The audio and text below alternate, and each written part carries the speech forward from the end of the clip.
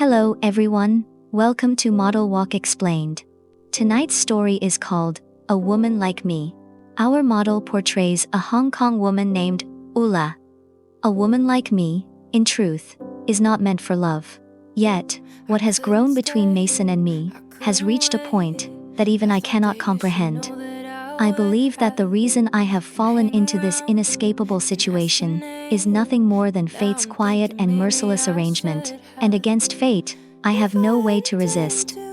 My name is Ula. I live in my aunt's old rooftop apartment, where the neon lights of Causeway Bay flicker endlessly outside, yet never quite reach the shadows within the room. My work is to prepare the final appearance of those who have already left this world. Every day, I put on a white gown, wear gloves, and stand beneath cold lighting, using a fine brush to redraw their brows and lips, stroke by stroke, until they look as though they are only asleep, as if they are still waiting for someone to wake them. The scent of preservative seeps into my fingers, my hair, my clothes, and no matter how hard I try, it never truly fades. At first, my friends would laugh and say I carried the smell of a hospital. Then they slowly stopped laughing, and eventually, they disappeared altogether, like animals sensing fire from afar, leaving only me and those silent companions who never speak. When my aunt first taught me this craft, she once said, "Because of love, we are not afraid." My mother believed the same thing. She married my father, who did the same work. Yet not long after giving birth to me, they both passed away. My aunt raised me on her own, and she never married. There were men who once came into her life, but the moment they stepped through that iron door and saw what lay upon the table, they would flee in terror, as if something unseen were chasing them. My aunt never complained. She would only say calmly that perhaps one day there would be someone with true courage who would not be afraid. But I have always known that this is nothing more than a possibility, not a promise. Mason is different. He is sunlight, always summer, just like his name. He is a street photographer who captures fleeting moments, the turn of a passerby's face, reflections after the rain. He once told me that I would make a perfect model because my eyes are quiet, like a lake holding a secret. But he does not know that beneath that lake lies only ice. He believes that I am a makeup artist for brides, and I have neither confirmed nor denied it. I simply let him hold my hand, let him take me out for late-night meals, to look at the city at night, to listen to him talk about light and shadow. I thought that as long as I never said the truth out loud, perhaps fate would be kind enough to let me keep a small piece of warmth. But love always asks for proof. Mason said he wanted to see my workplace, and he asked it so naturally, as if he were asking what we should have for breakfast tomorrow. I told him it should be fine, so we agreed to meet at this cafe and walk there together. It is only 300 steps away, yet it feels like crossing an endless river. I sit in the corner, in dim light, while outside it is the afternoon of February 14th, and the streets of Causeway Bay are filled with people rushing toward love or toward being loved. My coffee has long gone cold, untouched. I keep thinking that if Mason knows the truth, what will he do? Will he be like the others, surprised at first, then afraid, and finally gone? Will he lose his voice in front of those silent figures and run without looking back? I believe he will, because so many kinds of love appear strong on the surface, yet are fragile within. Then I see him. He walks across the street, sunlight reflecting off his white shirt like a moving flame, holding a large bouquet in his arms, roses, lilies, baby's breath layered together, beautiful to the point of being almost overwhelming. He pushes open the door and walks toward me with a smile. "Ula, happy Valentine's Day." He hands me the flowers, his eyes bright like a child, offering something precious. I take them, my fingers trembling slightly.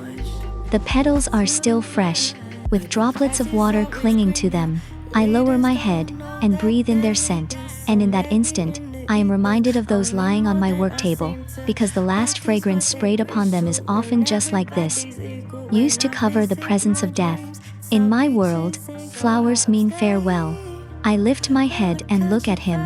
He is full of life, like summer itself, while my heart feels unbearably heavy.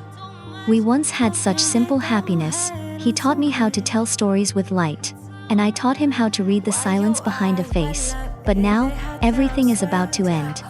From here to my workplace is only 300 steps, and beyond that door, the ending has always been the same. A man fleeing in shock, as though something unseen were chasing him. I should tell him that these flowers are not meant for the living, that they are a final gift for those who are about to leave, that my hands are used to touching skin that no longer breathes, and that a woman like me is not meant for love. But I say nothing. I simply look at him and place the bouquet on the table. Under the dim light, the flowers tremble slightly, as if they are still breathing, as if they are still alive. Mason sits down, orders a coffee, and begins to talk about the interesting moments he captured today. I listen, nod, and smile from time to time, but my heart has already drifted to that place 300 steps away, where my white gown, my brush, and my silent companions remain. They do not speak, yet they understand a kind of loneliness that cannot be loved, a kind of fate that cannot be changed. Perhaps, in the end, we are all the same. A few decades pass like a fleeting glance, and no one truly belongs to anyone. The bouquet lies quietly on the table, beautiful, full, and radiant. Mason is happy, and I am not. He does not know. In my world, flowers mean farewell, and a woman like me was never meant for love. If you enjoyed tonight's video, don't forget to subscribe, like, and turn on notifications. See you in the next episode. You don't feel the same, wondering when it changed. Did you come to play, my baby?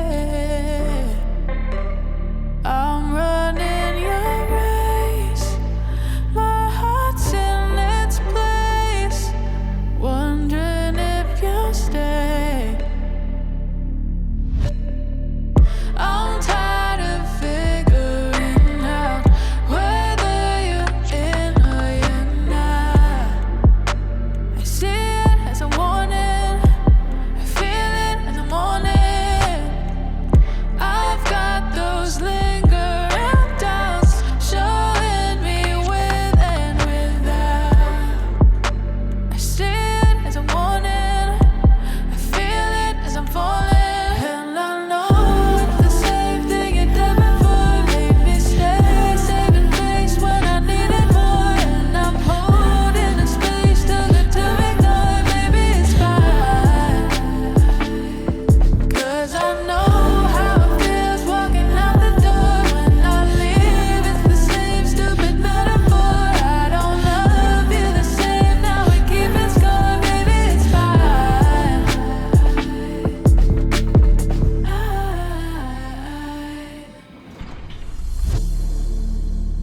It was all in vain, but I'm not all to blame. Was it just a game to you, baby? Feels like I'm insane, got your heart on my brain. I see it as a warning, I feel it as I'm falling.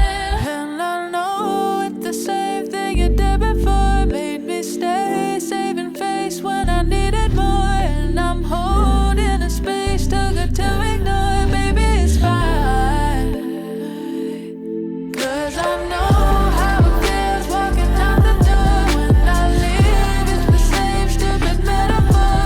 I don't love you the same, now we keep it score. Maybe it's fine. And I know it's the same thing you did before, made me stay, saving face when I needed more. And I'm holding a space too good to ignore. Maybe it's fine, 'cause I know how it feels walking out the door. When I leave, it's the same stupid metaphor. I don't love you the same, now we keep it score. Baby, it's time.